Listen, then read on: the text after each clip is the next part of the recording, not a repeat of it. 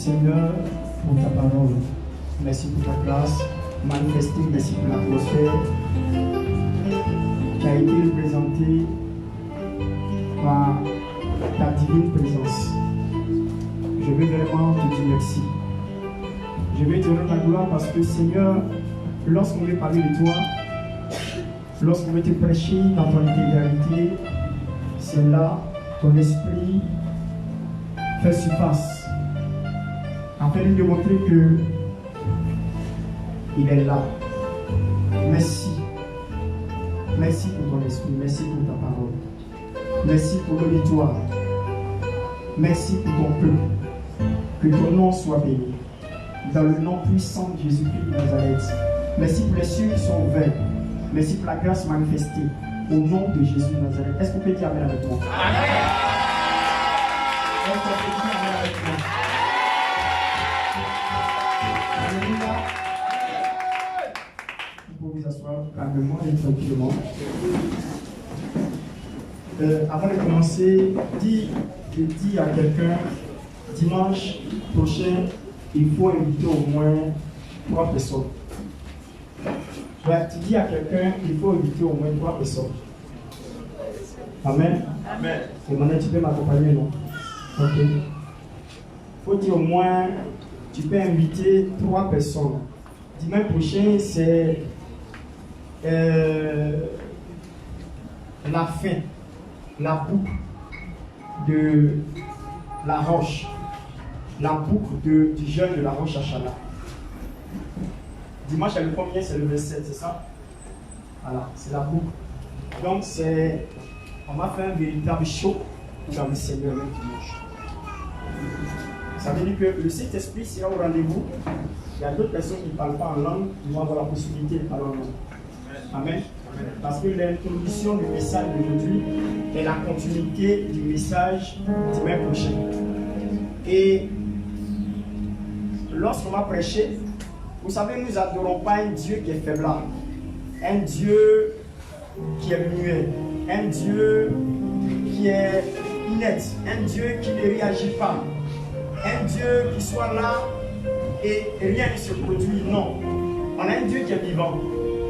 Vous savez, nous avons affaire à un Dieu qui est vivant, un Dieu que lorsqu'on prêche, il démontre qu'il est dans sa parole. Vous savez, c'est ce qui marque la différence. Les autres textes, les autres livres, c'est-à-dire des livres qu'on appelle livres saints, que les gens emploient le thème saint. Ce qui marque la différence dans le livre que nous avons, fait autorité. Dit, il fait autorité. Voilà. Quand il fait autorité, ça veut dire qu'il s'est avéré, il a des preuves. Il est avéré que tout ce qu'elle dit, tout ce qu'elle affirme, tout ce que cette parole, le contenu dit, s'accomplit, se réalise, se manifeste et agit. Les paroles que Jésus nous a laissées, quand il lit le livre de Marc chapitre 15, dans le dernier verset, Marc chapitre 16, à partir du verset 16, 17, 18, par là, 19, il dit que c'était lorsque Jésus devait connaître son ascension, il devait aller au ciel. Vous savez, les dernières volontés d'une personne comptent beaucoup pour ceux qui sont vivants. Amen.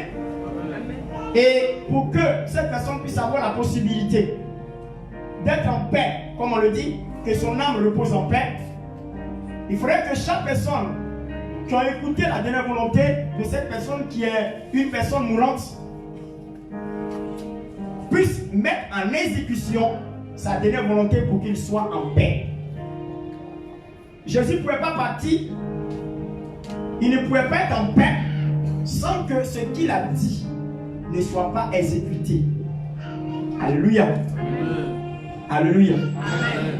Et lorsqu'il est parti, il a dit quoi? Il a dit dans sa parole que voici les miracles qui accompagneront ceux qui auront cru. Alléluia. Ils chasseront les démons. Ils saisiront les serpents. Même s'ils boivent quelques breuvages mortels, cela ne leur fera point de mal. Les mains qu'ils imposeront aux malades, les malades seront considérés guéris. Bien-aimé, ce n'est pas une vaine parole. Il y a trop de livres qui existent qui sont appelés livres saints. Mais je connais un seul livre. Un seul livre que malgré les guerres, malgré les tribulations, malgré tout ce qu'on pouvait faire pour supprimer, pour annuler, ce livre a eu l'autorité de dominer. Dis Amen. Vous voyez, ce livre a réussi à faire autorité. Dis Amen avec moi. Ce livre a réussi à faire autorité. Dis, le livre a réussi à faire autorité. Les gens ont tout fait. Nous, on est partis à l'école pastorale, à l'école de théologie. On a compris beaucoup de choses dans l'histoire. Vous savez, l'histoire s'écrit. L'histoire, c'est quelque chose qui reste. Alléluia. Si tu n'as pas une histoire, comme je peux l'affirmer, tu ne pourras jamais avoir une géographie. Amen. Amen. Il faut avoir une histoire. Et l'Église a une histoire. Dis avec moi. L'Église a une histoire. Et dans l'histoire de l'Église, il y a eu des confrontations pour annuler la Bible. Il y a eu des confrontations pour supprimer la religion, le christianisme. Tout ça, quand vous partez voir l'histoire, vous allez comprendre beaucoup de guerres qui ont été succédées afin de pouvoir supprimer le christianisme, afin d'annuler la Bible. Vous comprenez? Les autres livres n'ont pas connu de tragédie. Les autres livres n'ont pas connu de combat. Mais pour dire que ce livre est vrai, c'est que ce livre a résisté à tous les combats, à tous les, je peux dire, les exterminations. C'est pour cela que vous avez remarqué à un moment donné, la religion est rentrée, est tombée dans la main de Constantin. Vous comprenez, Constantin c'était un empereur. À son époque, il était empereur. Et cette histoire, parce que les gens avaient décidé de supprimer la religion, le christianisme, c'est tombé entre les mains de Constantin. C'est là, la religion est devenue une religion d'État. Une religion d'État, ça veut dire quoi? C'est le roi qui conduit les choses. C'est pourquoi si vous remarquez bien, les icônes qui sont manifestées viennent du roi. C'est pour cela que dans la couronne, sur la couronne, on voit des crucifixes. Ça vous dit quoi? C'est un mélange de pouvoir et de religion. C'est pourquoi souvent les gens disent que non, nous les chrétiens, on ne peut pas se mêler la politique. Non, notre histoire a été mélangée dans la politique. Alléluia. Alléluia. Pourquoi? Parce que les hommes de Dieu se sont mélangés à la politique. Pourquoi? Parce qu'ils ont été les conseillers des rois. Samuel était conseiller de David. Nathan était conseiller de Salomon. Vous comprenez bien? Ça veut dire que des prophètes étaient conseillers du roi. Et si tu es conseiller du roi, ça veut dire que tu es dans le gouvernement du roi. Ça veut dire que tout ce qui concerne le royaume te concerne. À moins qu'il ne soit pas du royaume, là je peux dire, ça ne me concerne pas parce que c'est différent, c'est séparé. Non, je suis un citoyen du pays, un citoyen de la nation. Tout ce qui concerne la vie de la nation me concerne et te concerne. C'est pour cela que lorsque nous sommes en crise, en une situation, on demande à tous les fidèles de toute la congrégation de se mettre en jeûne et prière pour empêcher, pour que la situation soit dramatique. Amen. Même les politiciens viennent demander aux hommes de Dieu de prier parce que la tension est élevée. Amen. C'est pas là le problème. Je veux dire simplement que la Bible est vraie. Elle est tellement vraie qu'on ne peut pas discuter de sa véracité. Vous comprenez? Parce qu'il fait autorité. Quand tu prends le temps de lire l'Apocalypse et tu parcours le livre de l'Apocalypse, tu vas comprendre que tout ce qui a été écrit est en train de se réaliser, c'est exécuté. Vous savez, une parole est certaine, elle vient de Dieu lorsqu'elle trouve son accomplissement. Et la Bible a annoncé des événements qui vont arriver. Jésus a annoncé des événements qui sont arrivés et c'est avéré que les événements sont arrivés. Il y a des royaumes s'élèveront contre le royaume, une nation contre une nation. Il y aura des tremblements de terre, des pestes, des situations aussi dramatiques pour troubler la terre. Il y a une première guerre mondiale, deuxième guerre mondiale. C'est-à-dire des nations qui sont levées contre des nations. Vous voyez, tout s'est réalisé. Et l'Apocalypse dit, il va y avoir l'antéchrist qui apparaîtra. Quand le monde sera encore plus difficile, nous avons connu, dans peu, les temps qui sont passés, nous avons connu ce qu'on appelle le coronavirus. Amen. Amen. Amen. Voilà. Cela démontre que nous sommes en train d'aller à l'exécution de la parole qui a été prédite par le Seigneur. Dieu est en train d'exécuter les prophéties qui restent.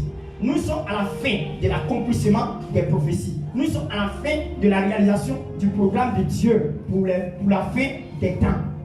C'est pour cela que chacun doit s'interpeller. C'est pour cela qu'on peut te dire que Jésus revient bientôt. Tu dois ranger ta vie. Tu dois prendre ta vie au sérieux. C'est pour tout ça. Le Saint-Esprit s'est manifesté ce matin pour démontrer. Pendant que mon fils était en train de chanter, je riais, je me réjouissais. Pourquoi? Parce que ce qu'il allait prêcher, c'est ce qu'il était en train de chanter. Ça va bien passer. Alléluia. Il a dit waouh! Le Saint-Esprit est en train de se révéler en même temps pour dire c'est le message du jour. Alléluia. Donc, vous dites que nous sommes dans le vrai. Dis à ton prochain, nous sommes dans le vrai. Dis à ton prochain, nous sommes dans le vrai. Je voulais dire quelque chose à Modeste. Modeste, tu peux te tenir debout s'il te plaît. Ok. Le Seigneur m'a dit quelque chose. Le Seigneur m'a dit que la période dans laquelle tu es est une période de transition. Est-ce que vous comprenez bien? Une période de transition, ça veut dire quoi? Une période où tu vas transiter. Une période où tu vas transiter. Donc, pour que tu puisses transiter, je vais être encore plus clair. C'est une période où tu vas passer. Quand on dit passer, je parle de ta famille. Le Seigneur m'a dit que c'est une période où tu dois passer le temps, ni pour s'acheter des chaussures, ni pour s'acheter des habits, ni pour s'acheter un certain nombre de choses. C'est le temps d'économiser. Le temps d'économiser, pourquoi? Parce qu'il y a une situation qui va se poser en famille, au travers de ton père. Parce qu'il va commencer à se reposer. Quand il repose, il veut parler de retraite. Il va se reposer. À cause de ce repos, les gens seront confrontés dans la maison, ils seront confrontés dans la famille à des situations un peu difficiles. C'est pour cette raison que Dieu t'a donné un travail. Le travail qu'il t'a donné, c'est pour économiser. Dans peu de temps, tu vas finir par habiter chez toi. C'est pas, je parle de transition. Tu vas transiter. C'est Dieu qui est en train de faire ça. Il faut profiter de cette occasion, de cet avantage, pour économiser. Tout l'argent qui va rentrer, économise. Fais des économies. Parce que Dieu va commencer à faire quelque chose avec toi. Parce qu'il y a eu des choses. Il y a eu des décisions que ton père a prises. J'ai vu dans le cœur de ton père, il a pris une décision. J'ai vu les enfants se rassembler, il est en train de parler. Bientôt, je vais à la retraite. Il faudrait que chaque personne soit responsable. Amen. Amen. Que Dieu soit béni. Amen. Tu peux t'asseoir. Merci Seigneur. Wow. Le Saint-Esprit fait du bien ce matin. Amen. Dis Amen. Amen. Wow. La prière de la Côte d'Ivoire est en train de porter. Wow. La prière des Ivoiriens sont en train de porter. Amen. My God, my God, my God. La prière des Ivoiriens est en train de porter. Dieu va faire éviter le pire. Amen. My God, my God. Dieu va faire éviter le pire. Alléluia.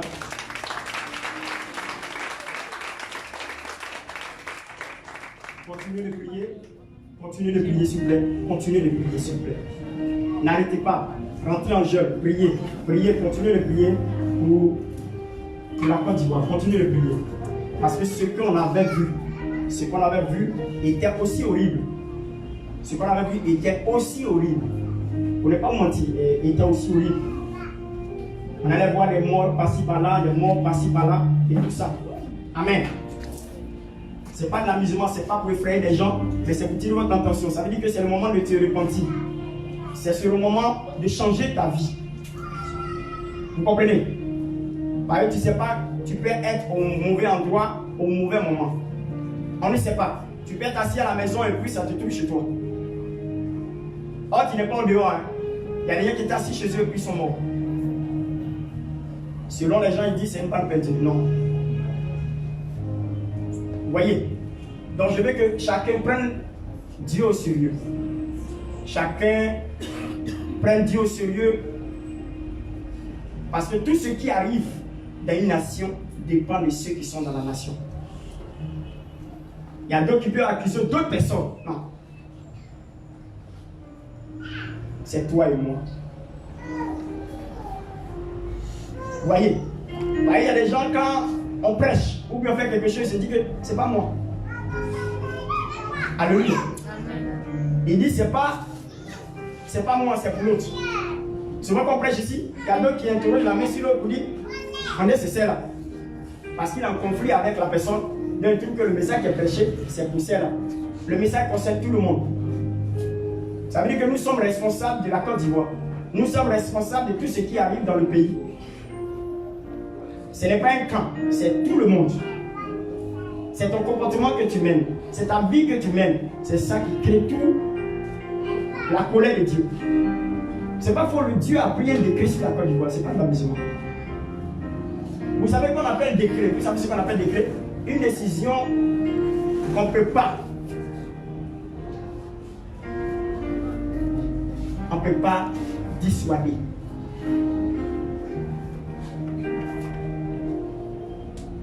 Il a pris un décret. Mais nos prières peuvent faire que Dieu peut abréger. Dieu peut diminuer. Dieu peut calmer. Les prières sont en train de monter. Ce n'est pas parce que rien ne va se passer, non. Mais parce que la prière monte, donc il peut y avoir plus d'apaisement. Ce qui serait dramatique sera plus apaisé. Vous voyez un peu? C'est ce que je suis en train de vous expliquer. Alors, continuons de prier. Notre souhait, c'est que Dieu même annule tout. Pour que les Ivoiriens soient en paix et qu'ils avancent et qu'ils évoluent. Sans qu'il y ait des bruits de canon, des bruits de fusil. Tous ces choses, on n'a plus besoin. Les Ivoiriens ont trop souffert. Alléluia. Alléluia. Amen. Que Dieu soit béni. Amen. Waouh. Est-ce que quelqu'un est béni par le Seigneur? Amen. Quand il chantait, ça me faisait du bien. Parce que ce qu'il introduisait était ce qui allait être prêché. Alléluia. Prenons Joël 2, 28. Joël 2, 28. Et puis, pour ceux qui... Parce que ce verset, dans toutes les Bibles ne sont pas pareilles. Dans d'autres Bibles, c'est Joël 2, 28. Il y a d'autres livres, c'est Joël 3. Merci Seigneur. Merci Seigneur.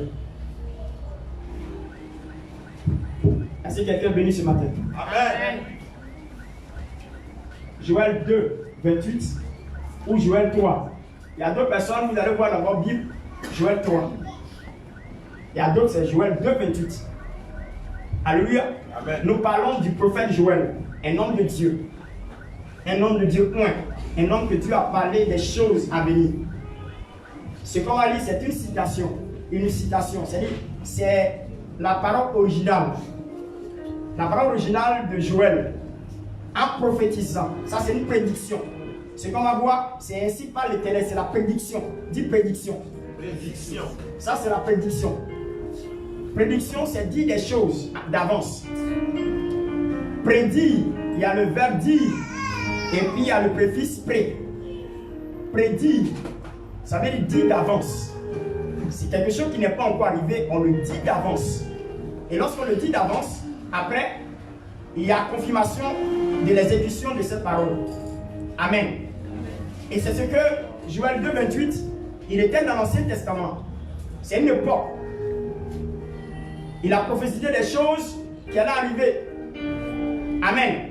Amen. Amen. Amen. Et voilà ce qu'il a prophétisé. Allons-y. Joël 2, verset 28. Après cela, je répandrai mon esprit sur toute chair. Il dit après cela, après toute chose que Dieu aura fait, il répandra de son esprit sur quoi? Sur toute chair. Sur toute chair. Vos fils et vos filles prophétiseront. Vos fils et vos filles feront quoi? Prophétiseront. Prophétiseront. Vos fils et vos filles prophétiseront. Allons-y. Vos vieillards auront des songes. Vos vieillards auront des songes. Allons-y. Et vos jeunes gens des visions. Et vos jeunes gens auront, amen, des Visions. Vos jeunes gens auront des Visions. visions. Allons-y.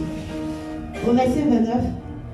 Même sur les serviteurs Même sur les serviteurs, et sur les servantes, sur les servantes, dans ces jours-là, je répandrai mon esprit. Je répandrai de mon esprit. Alléluia. Alléluia. Amen. Est-ce qu'on peut acclamer le Seigneur pour sa parole?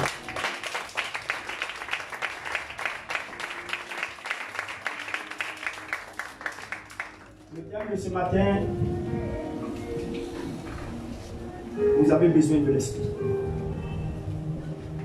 Dans ces temps troublés, dis à ton prochain, vous avez besoin de l'esprit. Dans ces temps troublés. Vous savez, si vous n'avez pas l'esprit, il sera difficile pour vous de tenir dans ce 21e siècle. Tu as besoin de l'esprit. Mais qui a l'esprit? Joël dit dans le dernier temps, dit Dieu. Il affirme que c'est Dieu qui lui parle. Dit Dieu, je répandrai de mon esprit sur toute chair. Vos filles et vos fils prophétiseront. Vos vieillards auront des songes. Vos jeunes gens des visions. Sur mes serviteurs et mes servantes, en ce temps-là, je répandrai de mon esprit. Pourquoi? Parce que le Seigneur sait que on aura besoin de l'Esprit de Dieu. On aura besoin de l'Esprit de Dieu. Et ce matin, je veux que tu recherches l'Esprit de Dieu. Dis à quelqu'un à côté de toi, recherche l'Esprit de Dieu. Il y a des gens qui me diront qu'ils ont déjà l'Esprit de Dieu. Ok. Mais il y a d'autres qui n'ont pas. C'est pas parce que tu vas à l'église tous les dimanches que tu es obligé d'avoir l'Esprit de Dieu, non. Qui a l'Esprit de Dieu? C'est ça. Ce qui est grave dans cette histoire que je suis en train de parler, c'est que on peut se trouver à l'église et puis un bon matin, le Seigneur nous dira ouvertement, je ne vous ai jamais connu. Ouvrier de iniquité. Vous pouvez imaginer? Je ne vous ai jamais connu. Ça fait mal. Hein? Je ne vous ai jamais connu. Il ne dit même pas je ne vous ai pas connu. La négation donne l'occasion de quelque chose qui s'est produit. Par là, ça donne des réserves. Quand tu dis je ne veux pas, ça donne des réserves. Un jour, je peux en vouloir. Mais lorsque tu prends la négation, un point, Vous savez ce que ça signifie? Hein? Quand on dit point, je vous donne d'une manière grammaticale. Lorsqu'on fait une phrase, on met un point. Ça veut dire quoi? On n'a plus besoin de trop parler encore, c'est fini. Amen. C'est point final. La phrase est terminée. Amen. Je peux considérer que pas est comme une virgule, un arrêt, mais qui peut avoir l'occasion de continuer. Il dit qu'il ne vous est jamais connu. Quand je vais vous demander, dans cette affirmation, quand il dit vous est jamais connu, quelle est la situation? Je veux bien savoir, quand on dit je ne vous ai jamais connu, ça démontre quoi? Un peu me dit ça démontre quoi? Je veux que quelqu'un me réponde. Ça démontre quoi? Je ne vous ai jamais connu, ou bien je ne vous ai point connu. Allons-y. Je pense que l'esprit que vous n'avez jamais été dans son champ visuel. Merci beaucoup. Ça c'est exact. Tu n'as jamais été dans son sens visuel. C'est-à-dire que là où Dieu regarde, là, il ne t'a jamais vu. Toi, tu pensais que tu voyais, il ne t'a jamais vu. Tu pensais que tu regardais, il ne t'a jamais vu. Dis ça aussi horrible, aussi grave. D'avoir dansé pour le Seigneur, d'avoir servi Dieu, d'avoir prophétisé, d'avoir fait les choses de Dieu. Et puis un bon matin, il te dit, je ne t'ai jamais connu. Waouh! Waouh! C'est comme un enfant que sa mère a mis au monde. Et puis il dit à sa mère, tu n'as jamais été ma mère. Waouh! Je vous demande, quelle est la douleur de la mère? Dites-moi. Les mamans, ton enfant te lève et puis te dit, tu n'es jamais sa mère. Tu n'as jamais été sa mère. Je vous demande quelle est la dimension de votre douleur. Hein? C'est atroce, non? Hein? C'est atroce? C'est atroce? Ok. Joël prophétise. Il annonce un événement. Et il annonce un événement. Et pour montrer que c'est vrai, c'est que cet événement doit se réaliser, doit s'accomplir dans le temps. Des années, des siècles plus tard, il ne pas dire années, des siècles plus tard, on est au 21e siècle, mais il y a eu le temps des actes des apôtres. Amen. Amen. Des siècles plus tard, dans Acte 2, verset 17, tu peux lire. On va voir si la parole s'est réalisée.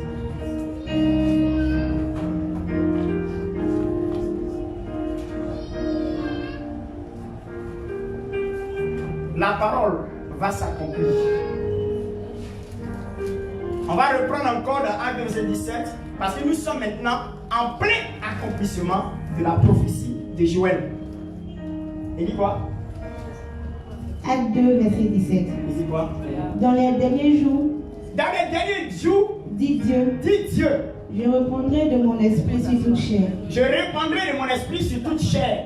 Vos fils et vos filles prophétiseront. Vos fils et vos filles prophétiseront. Vos jeunes gens auront des visions. Vos jeunes gens auront des visions. Et vos vieillards auront des songes. Vos vieillards auront des songes.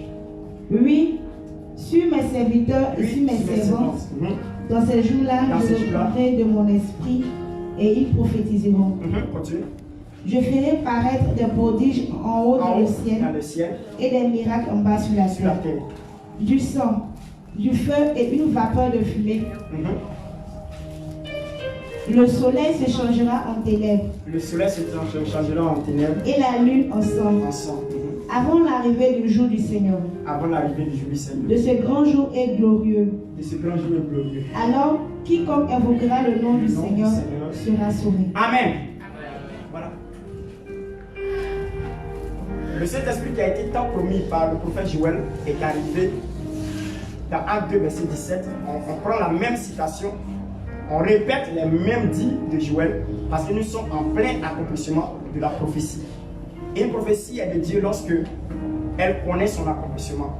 Et surtout que l'origine vient de Dieu. Il y a des choses qui s'accomplissent, il y a des choses que les gens disent. Apparemment, quand il y a c'est la vérité, mais dans le fond, c'est du mensonge. Pourquoi? Parce que la source n'est pas de Dieu. Ce n'est pas toutes les sources qui produisent de l'eau douce. Il y a des sources qui produisent de l'eau amère. Mais quand même, ce sont des sources. Ce n'est pas tout ce qu'on va te dire. Ce n'est pas tout ce qui va sortir qui est forcément de Dieu parce que c'est la vérité. Non. Même quand Satan essaie de dire la vérité, il se trompe, il ment. Même de toute son énergie, de toute sa capacité, quand il veut dire la vérité, il n'arrive pas à le dire. Ce qui sort de lui, c'est le mensonge. Pourquoi? Parce qu'il est père du mensonge. Aucune vérité ne viendra ailleurs si ce n'est que le Seigneur. Dieu peut utiliser tout le monde. C'est pour cela qu'il a utilisé la sorcière pour permettre d'apparaître le prophète Samuel, pour parler à Saül de ce qu'il était en train de faire du mal. Parce que Dieu l'avait déjà classé, il l'avait déjà rejeté. Vous voyez un peu? Donc Dieu peut prendre un fou pour te parler. Tu peux passer, Dieu se saisit d'un fou. Ce n'est pas parce qu'il a le Saint-Esprit, mais en ce moment, Dieu répand de son esprit sur lui afin de réagir. Après, il retourne aller manger dans sa poubelle. Alléluia, Dieu parle. Je veux que vous lisiez un verset, Ésaïe 46, à partir du verset 10. Ésaïe 46, verset 10.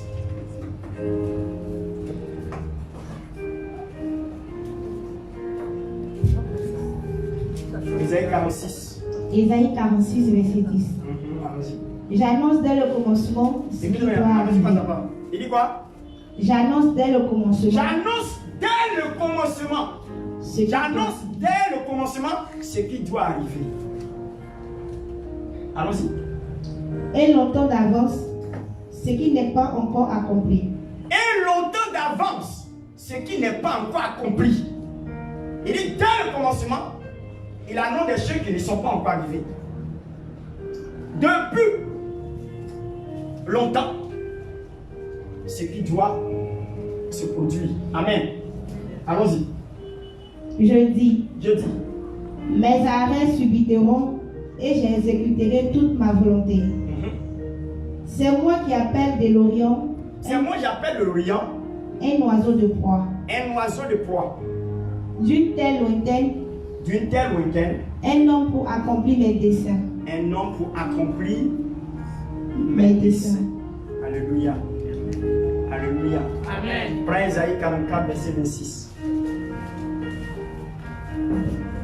Vous allez comprendre pourquoi je suis en train de vous dire ces choses.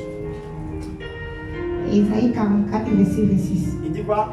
Je confirme la parole de mon serviteur. Je confirme la parole de mon serviteur. Et j'accomplis ce que prédisent mes envoyés. Et j'accomplis ce que prédisent mes envoyés. Dis Amen avec moi. Amen. Dis à ton prochain, tu as besoin de l'esprit.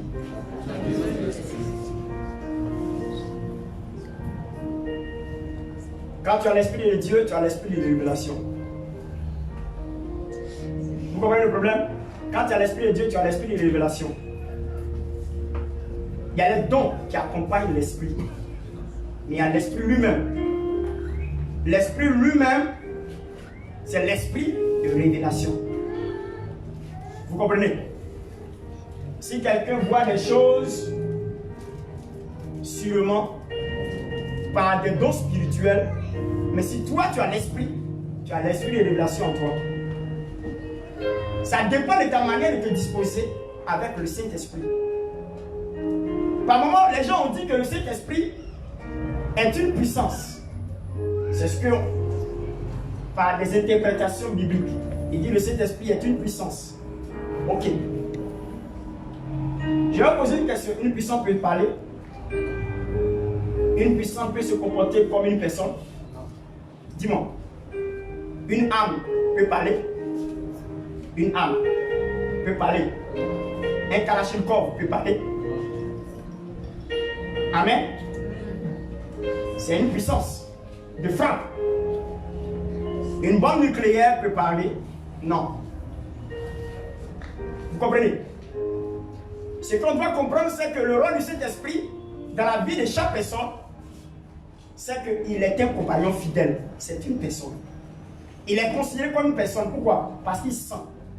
Il ressent. Il s'attriste. Une puissance ne peut pas connaître des capacités humaines.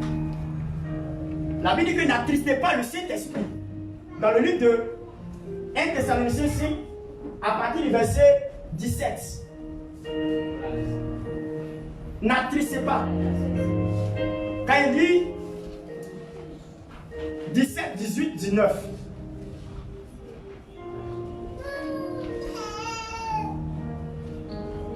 Il dit prier sans cesse.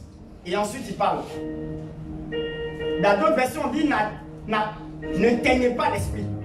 Il y a d'autres qui disent n'attristez pas le Saint-Esprit. Dis-moi, le Saint-Esprit est considéré comme qui alors? Si on parle d'attrister. On dit Anania et Saphira ont menti au Saint-Esprit, ils sont morts. C'est le Saint-Esprit est considéré comme quoi? Mais dans le cas de là, il est considéré comme Dieu. Parce qu'il dit ce n'est pas à les hommes que vous avez menti, mais vous avez menti à Dieu. Donc il prend l'apparence, il prend la personnalité de Dieu. Pourquoi? En ce moment où les disciples étaient avec Jésus, je n'ai pas dit qu'ils n'avaient pas besoin du Saint-Esprit, ils avaient besoin du Saint-Esprit. Mais comme il était avec eux, il était facile pour eux d'opérer. Pourquoi?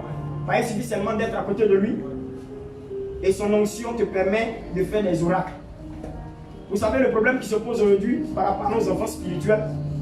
Ils pensent que Dieu les utilise parce qu'ils ont l'onction. Non. C'est pas comme ça se passe. Dans la vérité, Dieu les utilise parce qu'ils sont sous l'onction de leur Père. C'est de ton Père que tu reçois l'onction. Je vous donne un exemple. Chacun de nous peut prier, non? Chacun de nous peut jeûner, n'est-ce pas? Parce que nous-mêmes, personnellement, nous avons des capacités personnelles et une intimité avec Dieu et une relation personnelle avec Dieu. Ça, c'est clair, n'est-ce pas? Chacun de nous peut aller voir Dieu et puis c'est ok. Mais ce qui est intéressant dans cette histoire, c'est que Dieu a tellement hiérarchisé les choses que si c'est comme ça se passe, il va avoir des désordres sur la terre. Moi, j'ai mon oncle, je m'en fous de mon père. Il fait ce qu'il veut, moi, il fait ce qu'il veut. Tranquille. Mais Dieu ne veut pas de désordre. Dans l'Ancien Testament, comme dans le Nouveau Testament, il a tout hiérarchisé. C'est pour ça que Pierre était au devant des disciples. Chacun ne s'est pas mis là pour dire non, moi je suis leader, moi seul. C'était Pierre. C'est pas Jésus a dit Pierre, m'aimes-tu? M'aimes-tu? Il dit oui, je t'aime. Fais mes brebis. M'aimes-tu Pierre? Oui, fais mes brebis. M'aimes-tu Pierre? Fais mes brebis. Pourquoi il dit ça? C'est parce que c'est lui qui allait perdre les brebis du Seigneur lorsqu'il sera enlevé. Il était responsable d'eux. Il dit, un jour il priait, et il s'est avéré que dans ce qu'il était en train de... Lorsqu'il priait, il a reçu une révélation. C'est que le diable lui-même s'est approché, et il a dit, le diable dit qu'il va le cribler comme du froment. Mais Jésus dit, il a prié pour toi. J'ai prié pour toi. Jésus était maître. Il dit, il a prié pour toi. Pour que ta foi ne soit pas défaillante. Vous comprenez bien? Il dit quand tu seras affermi, quand tu seras converti, tu affermiras tes frères. Ça veut dire quoi? Il a la responsabilité de tous ses frères. Parmi les 12 disciples, Pierre était le responsable des autres. Dieu lui a légué le flambeau du leadership. Vous comprenez? Je vais vous expliquer quelque chose.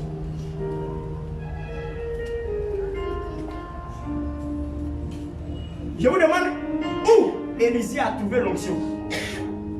Je vous pose la question, où Élisée a trouvé l'onction? Quand même qu'il avait une relation avec Dieu. Où Élisée a trouvé l'onction, malgré qu'il avait une relation avec Dieu. Hein? Les gens parlaient jusqu'à fatiguer. Il dit, son âme est vivante, je ne le quitterai point. Non. Il y a tous des leaders. Jésus était là et les disciples opéraient.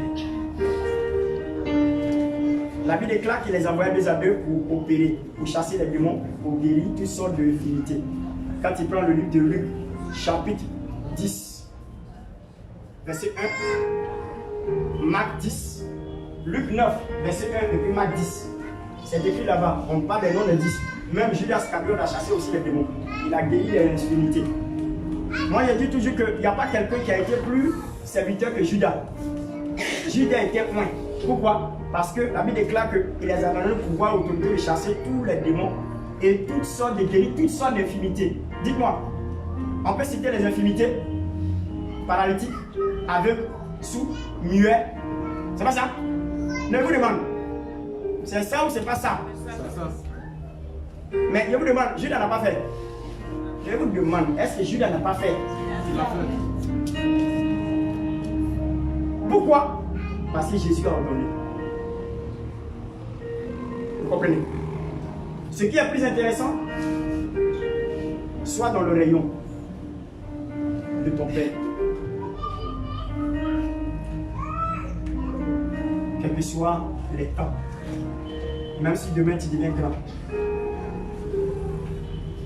Toi, tu sois toujours connecté à ton Père.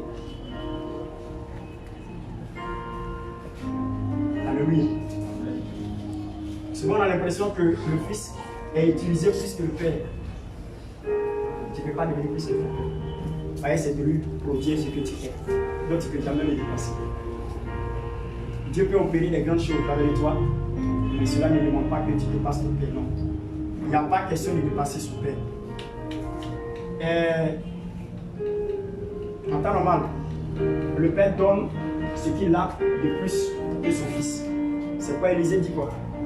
Il dit, donne-moi la double portion de ton esprit. Je ne vais pas être comme toi, je vais plus que toi. C'est ce que ça veut dire. Vous voyez ce qu'il dit? Il dit, tu demandes quelque chose qui est difficile. Mais ce n'est pas facile. Quand tu as me voir être enlevé, il faut saisir mon manteau. Dis Amen. Amen. Vous comprenez? Ce que Dieu me fait savoir ce matin,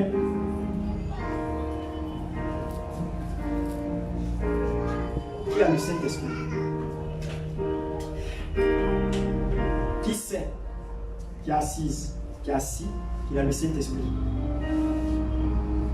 Qui a le Saint-Esprit? Qui reconnaît qu'il a le Saint-Esprit? C'est une question posée, hein? Tu es assise là, tu es assis. Qui sait qu'il a le Saint-Esprit?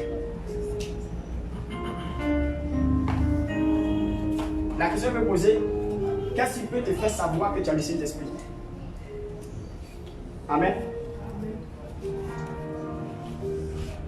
Qu'est-ce qui te fait dire que tu as le Saint-Esprit? Qu'est-ce qui te fait dire que tu as le Saint-Esprit? Dis-moi. Hein? Oui, allons-y. Tu peux tenir debout. Merci. Parce que le Seigneur déjà dans sa parole nous dit que nous, l'Esprit de Dieu habite en nous. Déjà cette affirmation-là nous prouve que le Saint-Esprit est là. Ok. Ça c'est ce qu'il dit. Hein. Il dit, selon la parole que Dieu a déclarée, il dit déjà que le fait qu'il a dit, c'est qu'il sait qu'il a le Saint-Esprit. Amen. Un païen peut avoir le Saint-Esprit, comme tu as dit ça. Il te demande, est-ce qu'un païen, un homme inconverti peut avoir le Saint-Esprit?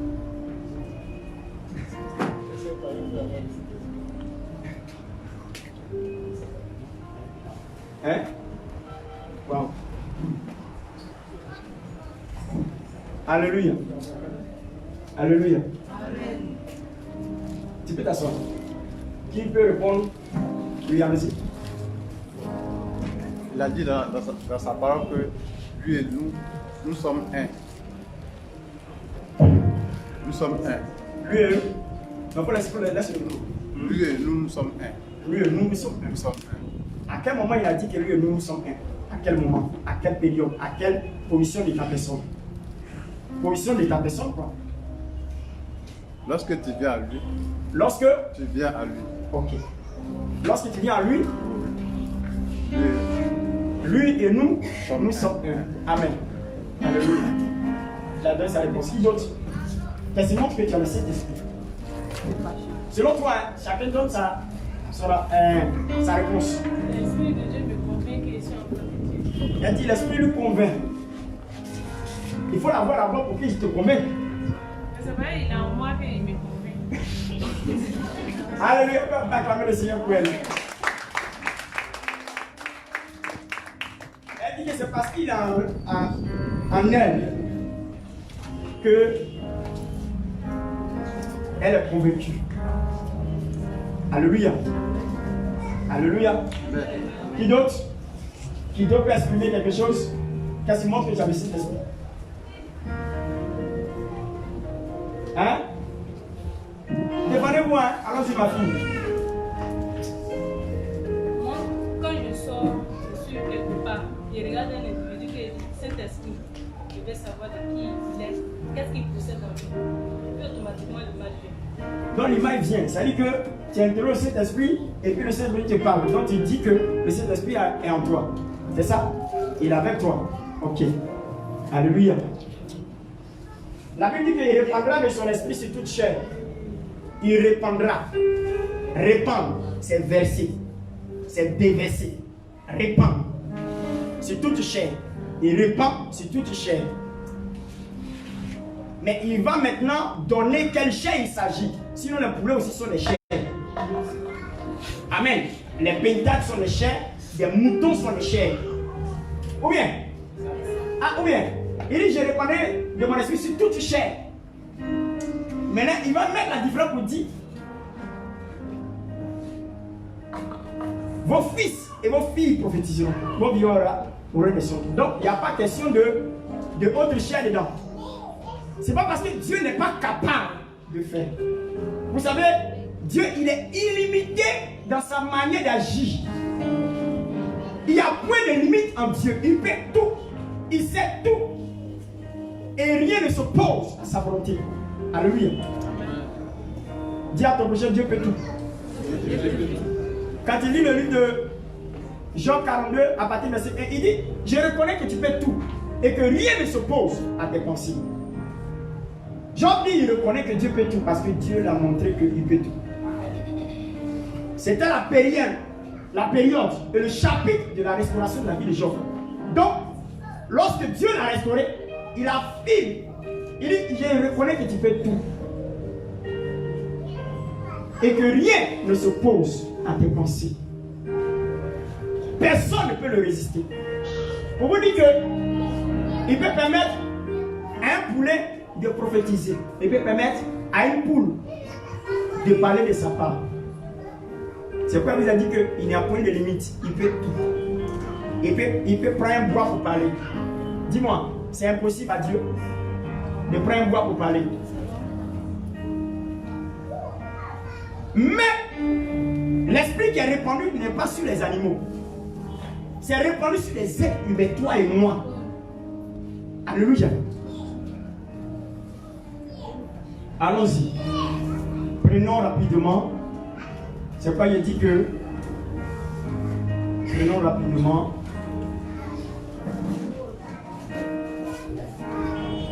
Jean 14, verset 26.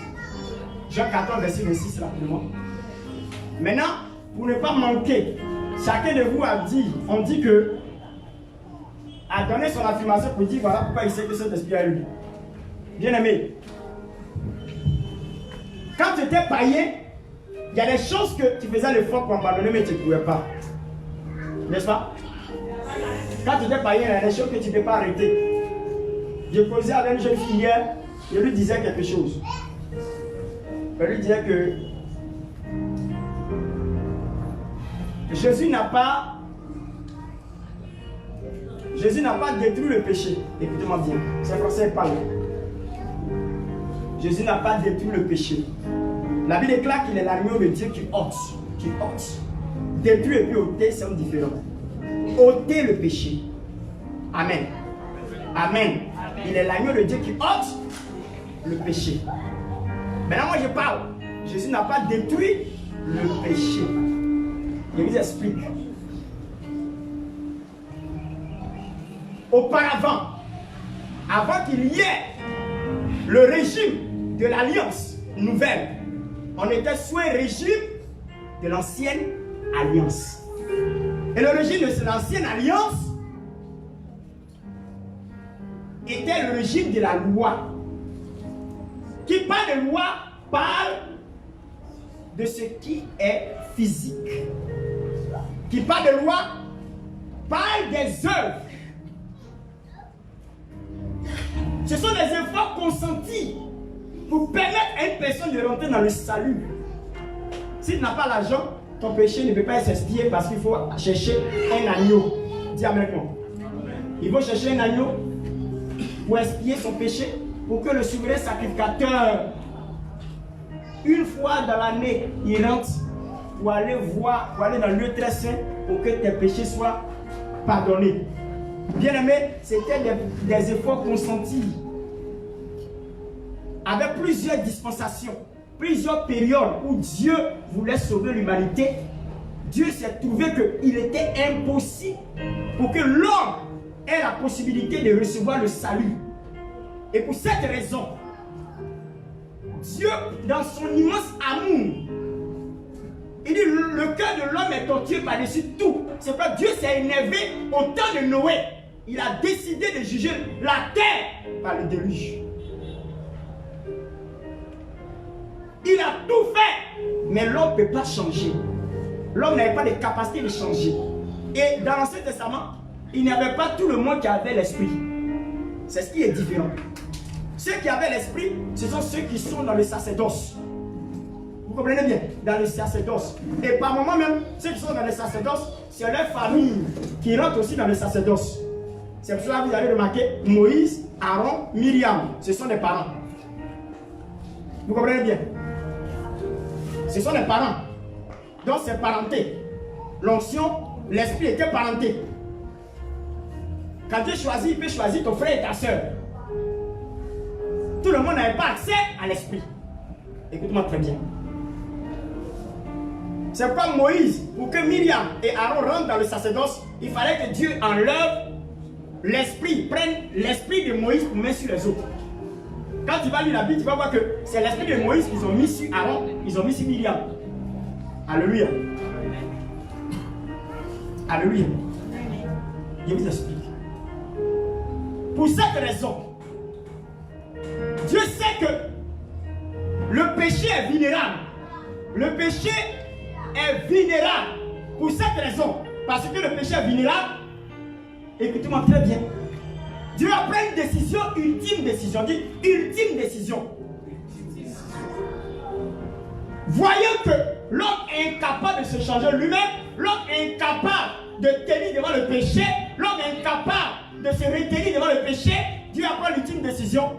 C'est par là que Dieu va introduire, au travers du prophète Ésaïe, de prophétiser dans Ésaïe chapitre 9, à partir du verset 1, un enfant nous est né, un fils nous est donné, la domination reposera sur son épaule, on l'appellera admirable, prince de paix, Dieu tout-puissant. Il va parler du Messie. Pour dire qu'un Messie viendra. Messie, ça veut dire missionnaire. Quelqu'un qui va accomplir une mission. Mais quelle est la mission? La mission porte son nom. Le nom Jésus veut dire sauveur. Ça veut dire une mission pour sauver. Alléluia. Vous comprenez un peu? À partir de cet instant, Dieu va décider d'envoyer son fils comme Jean l'affirme. Jean 3, verset 16. Car Dieu a tant aimé d'abord le monde, on met en parenthèse les hommes, qu'il va donner son fils unique pour montrer un peu l'amour qu'il a pour l'humanité. Il parle de unique. Vous savez, quand tu sais que tu vas perdre ton seul enfant que tu as, ton cœur est déchiré. Tu peux avoir plusieurs enfants, hein? Un meurt, ça va mal. C'est ton enfant. Mais quand il est unique, qu'il doit mourir, et la manière qu'il doit mourir, bien aimé, c'est horrible. Dieu va permettre à Jésus de rentrer dans le monde. Jésus est mort. Je vous explique. Vous êtes le résultat de la mort de Christ. Dis Amen avec moi. Amen. Vous êtes le résultat. La mort à la croix à Golgotha de Christ a enfanté des gens sauvés. C'est vous. Dis Jésus, l'enfant sauvé. Donc le sacrifice de Christ à la croix a a mis au monde des enfants qu'on appelle le salut. Vous êtes des enfants du salut. Dis amen. C'est quoi la Bible dit dans Ephésiens chapitre 2, verset 8? Il dit, c'est par grâce que vous êtes sauvés, au moyen de votre foi, que personne ne se glorifie, que personne ne dise, c'est par ma force, par mes œuvres, par ma manière de faire que je suis sauvé. C'est gratuit que vous êtes sauvés. C'est gratuit. Vous êtes sauvés gratuitement, sans effort. La seule chose, c'est que tu crois qu'il est mort pour toi à la croix. La seule chose, c'est que tu l'acceptes comme sauveur, maître personnel. À partir de là, tu rentres dans le cadre du salut. Quand quelqu'un accepte Jésus, sincèrement de son cœur, et qu'il a décidé de tout abandonner et de donner sa vie à Jésus, aussitôt le Saint-Esprit descend. Le Saint-Esprit a des mesures. C'est qu'on parle de l'onction.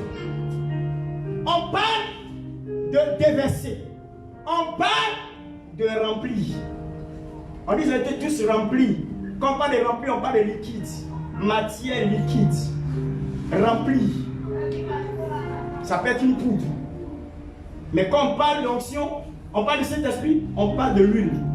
Ça dit, c'est une matière liquide. Remplie. Dont le Saint-Esprit a des mesures. Mais il faut avoir d'abord le Saint-Esprit qu'on appelle le fond. Dis à ton père, il faut avoir le fond. Le fond. Il faut avoir le fond. Quand tu as le fond maintenant là, l'entretien de ta vie va permettre au fond de grandir. Va permettre au fond d'être augmenté. Va permettre au fond de monter en volume. Après on parlera d'être rempli. Si tu acceptes Jésus sincèrement, tu as le Saint-Esprit. Pourquoi? Je vous explique. Parce que la Bible dit dans 2 Corinthiens 5, verset 17, si quelqu'un est en Christ, il devient une nouvelle créature. Les choses anciennes sont passées et toute chose est devenue nouvelle. Ça veut dire quoi? Ça veut dire une seule chose. Ta vie du passé est effacée, est écrasée. Si on veut prendre la vie comme un ordinateur ou bien une tablette, quand tu veux mettre tout à zéro, il y a le mot qu'on appelle craquer. Vous savez ça non? Craquer, on craque. Quand on craque, qu'est-ce qui se fait? On le met à zéro, comme rien ne s'est produit un jour sur l'ordinateur. On le met à zéro. Quand tu es en Christ, ta vie a été craquée. Tout ce qui était dedans dans le logiciel a été tout effacé. Et c'est une nouvelle tablette. Souvent quand les jeunes volent des tablettes, quand ils volent des tablettes, qu'est-ce qu'ils font? Ils craquent. Parce qu'ils n'ont pas le mot de passe. Comme ils n'ont pas le mot de passe, ils craquent ton mot de passe, ils craquent tous les éléments qui se trouvent dans l'ordinateur pour avoir un nouveau ordinateur. Dis, Dieu a craqué ta vie. Tu es une nouvelle personne. Ce qui fait que tu ne mens plus, c'est pas l'esprit. Ce qui fait que tu n'es plus prostitué, c'est pas l'esprit. Ce qui fait que tu t'abstiens par moment donné par des choses que tu avais habituellement, tu avais l'habitude de faire, c'est pas l'esprit. Voilà comment tu peux savoir que le Saint-Esprit est dans ta vie. C'est parce qu'il y a certaines choses que tu faisais que tu ne peux plus faire. Pourquoi? Parce qu'il y a quelque chose que tu faisais, tu ne peux pas l'arrêter par tes propres forces. Si ce n'est que par le Saint-Esprit que tu peux l'arrêter. Mais comme la vie chrétienne n'est pas une vie statique, n'est pas une vie stagnante, c'est une vie progressive. C'est une vie progressive. Ça ne veut pas dire que lorsque tu as donné ta vie à Jésus, tout a changé en toi. Il y a certaines habitudes au fur et à mesure qui seront corrigées par Dieu, par le Saint-Esprit, par ta relation avec lui, pour te permettre d'être un homme pur, un homme juste, un homme correct, un homme sincère, un homme bien. Au fur et à mesure. Vous comprenez? Au fur et...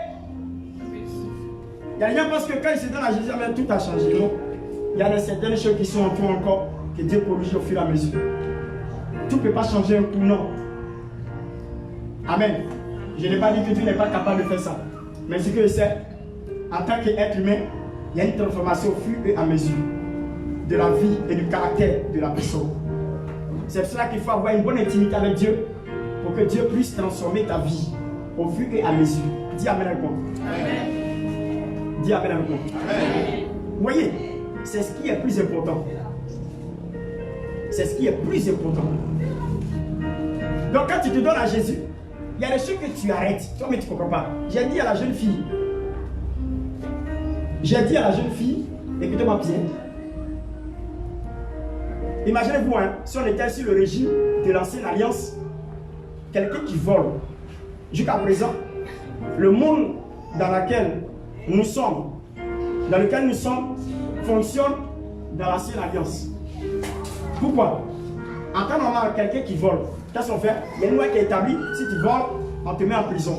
Et la prison n'est pas pour détruire l'individu, mais pour lui donner une correction, pour qu'il puisse apprendre de ses erreurs et puis jamais recommencer. Mais imaginez-vous quelqu'un qui vole, on le met en prison, il sort, on le met en prison, il sort, on le met en prison, il sort, on le met en prison, il sort, on le met en prison, il sort, on le met en prison, il sort, on le met en prison, il sort, on le met en prison. Vous pouvez justifier ça par quoi? Vous pouvez justifier ça là par quoi? Est-ce que l'homme n'en est pas conscient? Parce que quand tu es mis en prison, c'est qu'un 4 murs, tu es séparé de la société, tu es séparé de tes amis, tu es séparé de tes parents, tu es séparé de tout ce que tu avais dans ta vie. Tu ne vois que les mêmes choses chaque jour. Tu ne peux pas aller ailleurs pour voir quelque chose. C'est les 4 murs que tu vois. Dis-moi, c'est quelque chose qui est bien pour quelqu'un? Non. Mais comment il peut retourner plus de 10 fois en prison? La société dans laquelle nous sommes ne peut pas comprendre ça. Les juifs ne peuvent pas comprendre. Quand tu vois un tel cas, ça veut dire que l'homme prend la décision de ne plus jamais recommencer puis il tombe dedans. Parce que par sa propre faute, il ne peut pas arriver. Quand tu vois un tel cas, ça veut dire que la personne est possédée par un esprit. Or, le rôle de l'esprit dans Jean 10, Jean chapitre 10, le verset 10, il dit quoi? Le voleur ne vient que égorger, dérober, détruire. Égorger, détruire. Quand le démon tient quelqu'un, il le détruit. D'abord, il le prend, il détruit les autres, et puis à la fin, il te détruit toi-même. Vous pouvez imaginer que pour une femme, quelqu'un peut se suicider. Pour une femme, quelqu'un se lève et dit, ça va se tuer. Vous trouvez ça normal? Oui, un peu non. Quand tu n'as pas l'esprit de Dieu, tu es livré à ça. Maintenant, il dit, Jésus n'est pas mort pour détruire le péché, mais Jésus est mort pour détruire la puissance du péché, le pouvoir du péché. Dans l'Ancien Testament, le péché avait un pouvoir. C'est pour cela que quelqu'un vole, on le met en prison, il vole, on le met en prison, il vole, on le chicote, on le met en prison, il ne peut pas changer. Vous savez pourquoi il ne peut pas changer? Parce qu'il est esclave du péché. Il est esclave de Satan. Un esclave ne peut pas faire ce qu'il a envie de faire. Il fait ce que son maître lui dit de faire. Bravo. Bravo. Voilà. Par la mort de Christ, par le sacrifice expiatoire de Christ, Dieu nous donne la possibilité d'avoir le Saint-Esprit qui nous permet aujourd'hui, par la mort de Christ, d'avoir l'autorité sur le péché. Je vous explique. Dis, je suis chrétien, non, j'ai l'autorité sur le péché. Dis à ton prochain. Vous aimez quoi? Avant.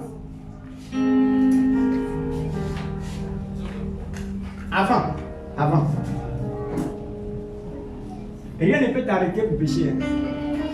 Quand ça tombe dans ta tête, tu t'en vas. Et tu fais tout, mais tu ne peux pas. Tu as parti quand même. Ça veut dire que tu es esclave du péché, dont le péché te conduit à exécuter. Mais aujourd'hui, par cette nouvelle alliance, ce nouveau régime, qui est la nouvelle alliance, il nous permet de dire, il y va à l'hôtel, il ne va pas. Il va à l'hôtel, la fille elle est bien, il faut aller avec elle. Et puis il dit non, on ne peut pas partir. Pourquoi elle est partie? J'ai ma femme, il n'y a pas dit que je fais ça. Le fait que tu as le courage de dire je ne fais pas, ce n'est pas le Saint-Esprit. Le fait que tu décides de ne pas partir, ça veut dire quoi? Tu as le pouvoir sur le péché. Et ce pouvoir-là, tu l'as eu à la croix à Golgotha, quand Jésus est mort. Quand le sang de Jésus a coulé sur la croix, il t'a donné ce pouvoir-là de dominer le péché et de dire péché. je ne peux plus t'obéir. Alléluia. Donc le fait que tu es chrétien, tu n'es plus sous la domination du péché. Mais aujourd'hui, il y a des gens qui sont dominés par le péché. Tu peux imaginer qu'une prostituée arrête d'être prostituée. Pour parler, c'est pas sa propre force. Sa propre force, elle ne peut pas. Mais par le moyen du Saint-Esprit, je connais un homme de Dieu que je connais. C'est dans son évangélisation qu'il a trouvé sa femme. Mais elle était prostituée. Vous comprenez bien, hein? C'est dans l'évangélisation. Un grand homme de Dieu de ce pays. C'est dans l'évangélisation, il a trouvé sa femme, elle est prostituée. Et puis le Saint-Esprit a saisi, l'a transformé, elle est servant de Dieu. C'est par l'Esprit seulement que cela permet. Des coupés de têtes sont devenus des hommes de Dieu. Vous pouvez imaginer, c'est par la propre force de quelqu'un. Des drogués sont devenus pasteurs. Tu penses que c'est par la force de quelqu'un? Hein? Vous avez connu le pasteur Guy Vincent. En ce temps, c'était Agnagnan. Il est pasteur aujourd'hui. Tu penses que c'est par la force des hommes? C'est pas par la force des hommes. C'est par le Saint-Esprit. Des gens que vous avez connus qui étaient vulnérables dans le quartier, au lit près Jésus. Toi-même, tu regardes, tu dis waouh! C'est le Saint-Esprit qui peut faire ça. Vous savez que tu as le Saint-Esprit, c'est que ce que tu faisais avant aujourd'hui. Par ta propre force, tu peux faire. Si quelqu'un mentait beaucoup aujourd'hui, il n'arrive plus à mentir. Pourquoi c'est par la force de ne pas mentir? C'est par le Saint-Esprit. Alléluia.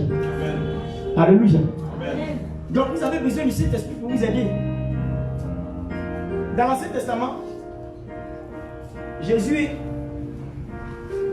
dans l'Ancien Testament, et lorsque Jésus est venu, il a apparu, il est descendu, venant de la mère Marie. La Bible dit, il s'appelait Emmanuel. Dis Emmanuel. Ça veut dire quoi? Emmanuel veut dire quoi? Dieu avec nous. Amen. Vous savez que Dieu avec nous est difficile, est limité. Dis Dieu avec nous est limité. C'est pour cela que Dieu va permettre que ça ne soit plus Dieu avec nous, mais ça sera Dieu en nous. Dis Amen. Le Saint-Esprit c'est Dieu en nous. Le Saint-Esprit c'est Dieu en. Ce n'est plus Dieu avec. Mais ce qui est intéressant, Dieu en nous et Dieu avec nous. Dieu en nous, Dieu sur nous. Amen. C'est le français qui est là. Dis Dieu avec nous, Dieu en nous d'abord, Dieu sur nous. Dis le Saint-Esprit, c'est Dieu en nous. Je vais que vous répétez après moi. Le Saint-Esprit, c'est Dieu en nous et Dieu sur nous. Il y a le rôle Dieu en nous et puis il y a le rôle Dieu. On va voir ça dimanche prochain. Quand tu vas comprendre ça. Et puis on va démontrer ça. Il y a des gens qui ont parlé en langue. Et quand on parle de l'esprit est prêt à se manifester. Amen. Amen. Il y a d'autres qui cherchent les dons de l'esprit. C'est le moment de te disposer. Je veux que toutes les personnes, le dimanche prochain, ceux qui vont venir, tu as vu 3 personnes, mais dis-leur, il ne faut pas manger plus bien. Après le culte, tu as mangé. Parce que je veux que Dieu vous donne quelque chose de sa part. Je veux vous communiquer quelque chose de la part du Seigneur pour que ta vie soit changée totalement. Quand le Saint-Esprit descend de ta vie change. Amen. Ta vie change. Dis Amen. Amen. Alléluia.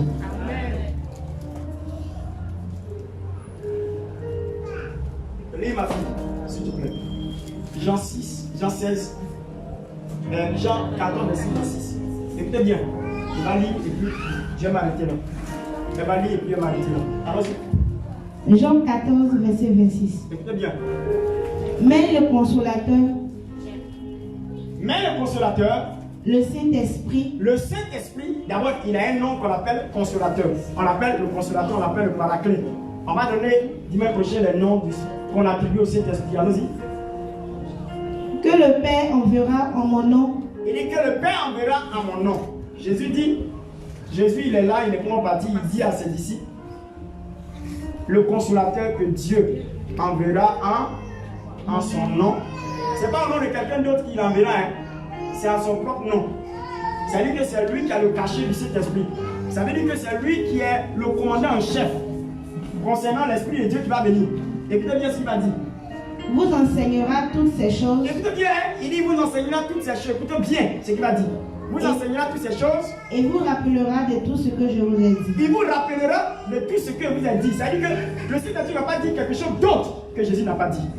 Il ne va pas venir contredire Jésus. Il va seulement dire ce que Jésus a dit. Continue. Et puis dis quoi encore? Je vous laisse la paix et je vous donne ma paix. Je ne vous donne pas comme le monde le donne. Comme le monde le donne. Que votre cœur ne se trouve point. Que votre cœur ne se trouve point. Et ne s'allume point. Alléluia. Amen. Amen. Le consolateur. Dis le consolateur. Le consolateur. Vous savez pourquoi on donne le nom de consolateur? Parce que les disciples allaient s'attester lorsqu'il allait partir. Vous savez, une séparation est plus difficile, hein? Mais par moi c'est nécessaire pour accomplir quelque chose. Amen. De la part du Seigneur. Vous voyez, le Saint-Esprit, Jésus savait qu'il allait se séparer de ses disciples. Et pour cette raison, les disciples seront tristes. Parce qu'il a été pour eux le socle. Il a été pour eux le général. Il a été pour eux celui qui est la hauteur et la référence de leur apostolat. Vous voyez, donc pour cette raison, ils allaient être tristes. C'est quoi? Il lui a donné le nom de consolateur. Il dit, le Saint-Esprit viendra. Le consolateur, le Saint-Esprit, il viendra. Il va vous dire ce qu'il vous a dit. Il ne va pas dire ce que je ne vous ai pas dit. Ça veut dire qu'il y a l'unicité du Saint-Esprit à Jésus. Jésus et le Saint-Esprit sont un. Amen. Amen. Quand il lit le livre de Jean chapitre 8, à partir du verset 9, il affirme aussi que Jésus s'affirme qu'il est un avec le Père. Quand il lit Jean chapitre 14, vous voyez un peu, Jean chapitre 14, il dit, je suis le chemin, la vérité et la vie. Nul ne part au Père sans passer par moi. Je suis à mon Père en moi, et moi mon Père, nous sommes un. Ça veut dire que Jésus affirme qu'il est égal à son Père. Jésus affirme que lui et puis son Père, ils sont pareils. Là, on affirme, le Saint-Esprit affirme, Jésus affirme encore que le Saint-Esprit, il est pareil à lui, parce qu'il dit ce que vous a dit, il vous dira, il vous enseignera ce que vous a déjà enseigné. Alléluia. Donc le Saint-Esprit, dit Amen quoi? Amen. Le Saint-Esprit avec qui? Avec Jésus sont. Il dit ici à mon Père à moi, nous sommes un. Jésus aussi avec Dieu sont. Donc ça veut dire que Jésus, le Père, le Fils et le Saint-Esprit sont l'unicité. Et chaque être avait une mission. Le Père avait une mission de créateur, le Fils a une mission de rédemption et le Saint-Esprit a une mission de la fin. Voici les trois. Chaque personne a joué son rôle. Alléluia. Il faudrait que tu aies l'Esprit de Dieu. Si tu n'as pas l'Esprit de Dieu, tu ne peux pas t'enlever.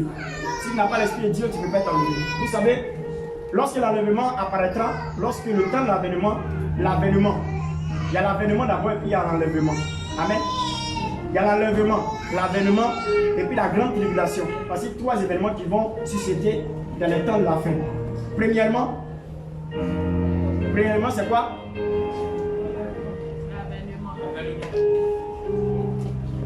Premièrement, c'est quoi? L'avènement ou bien l'enlèvement? L'avènement, c'est quoi? C'est l'apparition de Christ dans les airs. Tous les yeux le verront. Et ensuite, il y a quoi? Pour ceux qui sont morts en Christ, d'abord, vont ressusciter dans les tombeaux. Les tombeaux s'oublient comme ça, puis les gens vont comme ça. Ils sortent comme ça. En l'air. Ceux qui sont morts en Christ d'abord. Et ensuite, les vivants, tu es assis avec lui, tu es assis à côté de lui. Pouf! Tu es parti. Amen. Amen. Amen. Que le ciel soit béni. Amen. Que le ciel soit béni. Amen. Alléluia. Amen. qui a compris quelque chose de la part du Seigneur? Amen.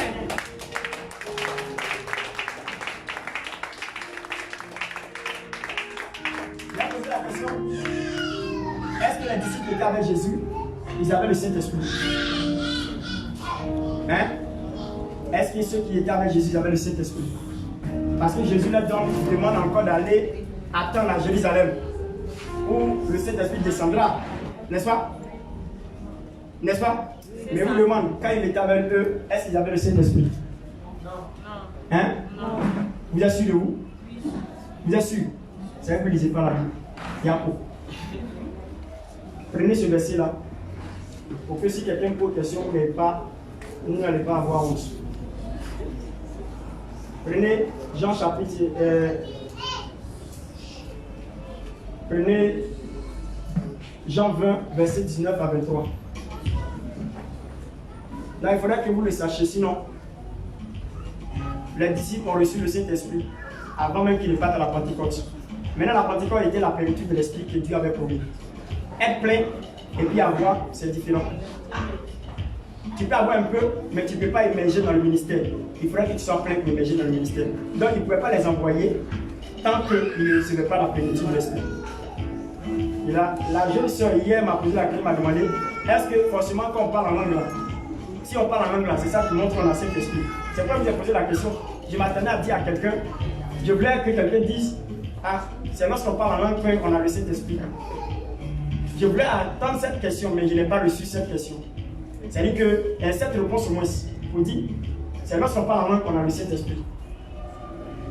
C'est ça? Hein? Non, selon votre avis, quand quelqu'un parle en langue, c'est que la Saint-Esprit, c'est ça? Non, il faudrait qu'on se dise la vérité. C'est lorsque quelqu'un parle en langue qu'il a le Saint-Esprit. Hein? Hein? Je vais dire le suite là. Tu ne peux pas te changer toi-même, non? Hein? Il y a des choses que tu sais que tu avais la portée de faire, mais maintenant tu ne fais plus. Tu as payé tes fautes. C'est pas ça? Tu as payé, c'est toi-même.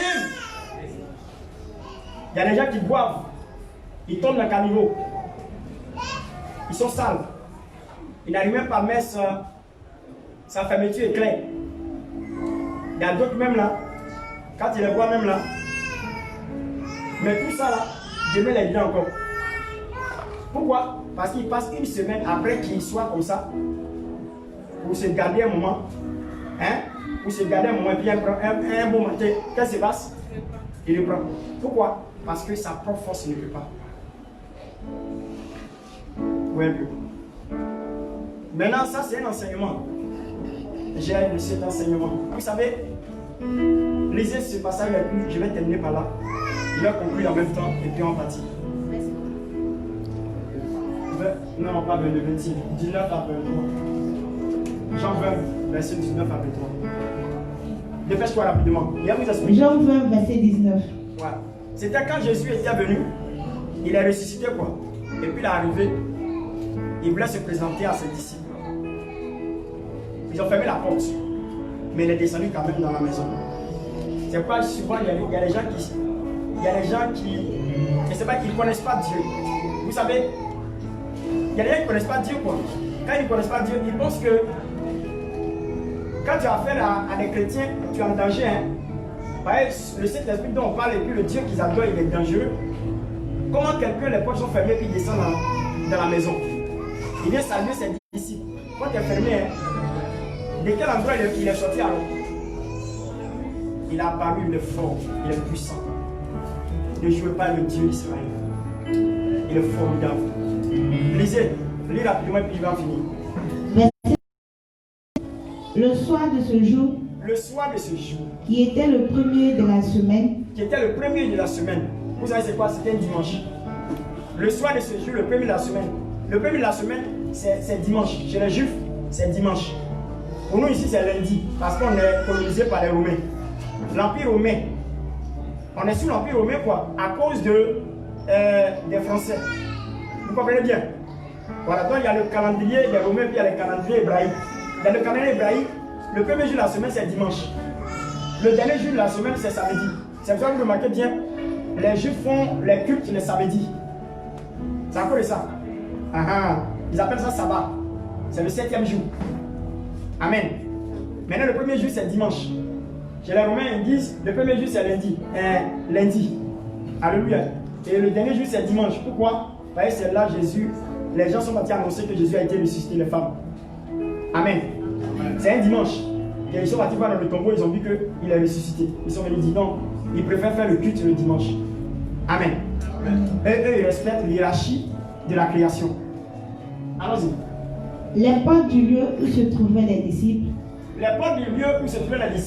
étant fermées, à cause de la crainte qu'ils avaient des Juifs. Il ne faut pas qu'ils vont nous tuer. Donc fermez nos portes là bien.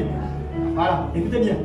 Jésus vint, se présenta au milieu d'eux, et leur dit, la paix soit avec vous.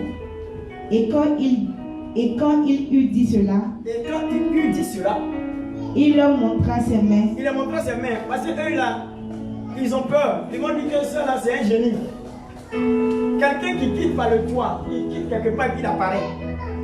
Il est obligé de montrer preuve d'abord pour montrer que c'est lui. C'est pas un génie, mais c'est pas un esprit. Amen. Écoutez bien, allons-y. Et son côté. Il dit, viens à mon côté là, c'est percé non. Viens ma main. C'est percé non. C'est moi. Les disciples furent dans la grande joie. En voyant le Seigneur. Jésus leur dit de nouveau. La paix soit avec vous. Comme le Père m'a envoyé. Moi aussi je vous envoie. Après ces paroles. Il finit de parler comme ça. Regardez ce qu'il va faire. Il souffla sur eux. Et puis il dit quoi? Il leur dit, recevez le Saint-Esprit. Amen. Jésus va dire recevez, puis ils n'ont pas reçu. Là où la question, ils n'ont pas reçu. Avant qu'ils partent à la Pentecôte, ils n'ont pas reçu. C'est une quantité. C'est une petite quantité qu'ils ont reçu. Ils ont le Saint-Esprit. Ils parlent pas en langue. Donc, pour vous montrer qu'on peut avoir l'esprit sans parler en langue. Est-ce qu'on est d'accord? Est-ce qu'on est d'accord avec le Seigneur? Est-ce qu'on peut acclamer le Seigneur pour ça? C'est après qu'ils ont parlé en langue. C'est après, non? Mais là, ils parlent en langue. On était au même niveau. Amen. N'est-ce pas? Donc, ça montre bien qu'on peut avoir le Saint-Esprit et puis ne pas parler en langue. Parler en langue, dans 1 Corinthiens chapitre 12, fait partie des 9 dons de l'Esprit. Parler de diverses langues et puis parler la langue des anges, c'est deux dons. Il y a d'autres qui parlent la langue étrangère et puis il y a d'autres qui parlent la langue, les diversités de langues étrangères. Et puis il y a d'autres qui parlent la langue des anges. 2 langues. Mais dans la Bible dans 1 Corinthiens 12, la Bible parle le don des diversités des langues. Un chapitre. 1 Corinthiens chapitre 12. Ça c'est l'objet d'un enseignement. Ouais, non. Il parle en langue. Diversité des langues. Quand il dit diversité des langues, je vous explique. Ce n'est pas la langue des anges. C'est pas, il demande que l'interprétation de cette même langue. Il y a son don, il y a le don des langues et puis il y a le don d'interprétation de cette langue. Pourquoi? Parce qu'il y a des prophéties qui peuvent sortir dedans. Maintenant, la langue, la diversité de langues étrangères, c'est ce que les disciples ont manifesté. Ce n'est pas la langue des anges que les disciples ont manifesté au jour de la Pentecôte. Ce n'est pas la langue des anges. Parce que lorsqu'ils étaient en train de parler en langue, ceux qui sont de la région ont entendu leur langue. Ils ont dit, mais si on est en train de parler dans notre langue, oh, ils ne sont pas d'ici. Ceux qui sont ivres. Ils ont dit, ceux qui sont ivres. On dit, les gars, ils sont saoulés, hein? Ils parlent nos langues locales. comprenez bien. Vous comprenez bien. Donc pendant qu'il parlait, les autres entendaient ce qu'il disait. Parce que Dieu voulait parler au peuple. Mais d'une manière extraordinaire. Donc toi tu es bourreau, tu es en train de parler chinois. Celui qui est chinois, il est à côté de toi, il entend ce que tu es en train de dire. Il dit, attends, c'est quand tu as appris le chinois. Le chinois va venir te demander, c'est quand tu as appris le chinois. Ou bien tu es barbu et puis tu parles anglais. Une vieille illettrée. Une vieille illettrée. Illettrée quoi? Une vieille illettrée, elle n'est pas partie à l'école. Tu la vois, elle est en train de parler en anglais. Comme elle dit, hey, la vieille, c'est comment? Elle ne comprend pas. C'est bien Dieu ne comprend pas. Vous voyez? Mais elle a la langue des anges. La langue des anges, quand tu parles, toi-même tu ne comprends pas. Celui qui a appris toi ne comprend pas. C'est Dieu ceux qui comprend. Le Saint-Esprit ceux qui comprend. Pour vous donner le verset clair, prenez 1 Corinthiens chapitre 13. Il faut laisser 1 Corinthiens chapitre 12 là. Prenez 13 rapidement. Voilà. Le verset 1. 1 Corinthiens chapitre 13. Le verset 1. Écoutez-moi bien. Hein. Pour vous donner, moi j'ai la preuve de ce que j'affirme, de ce que j'enseigne. 1 Corinthiens chapitre 13. Écoutez bien, mon ami. Quand je parlerai les langues. Quand je parlerai les langues de qui? Des hommes. Quand je parlerai les langues de qui? De qui? Des hommes. Non, il y a les langues des hommes. Quand je parlerai les langues des hommes, ça veut dire quoi? Gourou, gabou, bété, anglais, chinois, japonais. Ça, c'est la langue de qui? Des hommes. Maintenant, regardez le deuxième. Et des anges. Et des... Il y a de la vérité. Est-ce qu'il n'a pas de la vérité? Hein? C'est vrai, non? Langue des hommes et puis langue des... Je le sais en plus, merci.